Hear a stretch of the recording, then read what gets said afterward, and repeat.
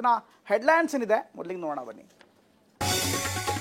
ಮೂಡ ಹಗರಣದಲ್ಲಿ CM prosecution shock, ಪ್ರಬಲ ಸೆಕ್ಷನ್ಗಳ ಉಲ್ಲೇಖ, ಸಿದ್ದರಾಮಯ್ಯಗೆ ಸಂಕಷ್ಟ, ಕಾನೂನು ಹೋರಾಟಕ್ಕಿಳಿದ ರಾಜ್ಯ ಸರ್ಕಾರ.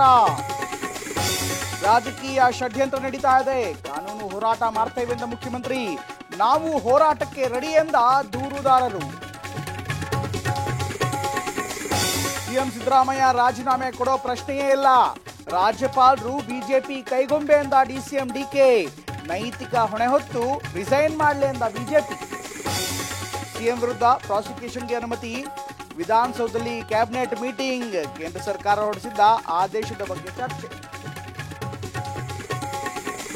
ಟಿಬಿ ಡ್ಯಾಂನಿಂದ ನೀರು ಪೋಲು ತಡೆಯುವಲ್ಲಿ ಸಿಬ್ಬಂದಿ ಸಫಲ, 3ನೇ ಎಲಿಮೆಂಟ್ ಅಳವಡಿಕೆ ಕಾರ್ಯವು ಯಶಸ್ವಿ, ಕನ್ನಯ್ಯ ನಾಯ್ಡುಗೆ ಡಿಸಿಎಂ ಧನ್ಯವಾದ.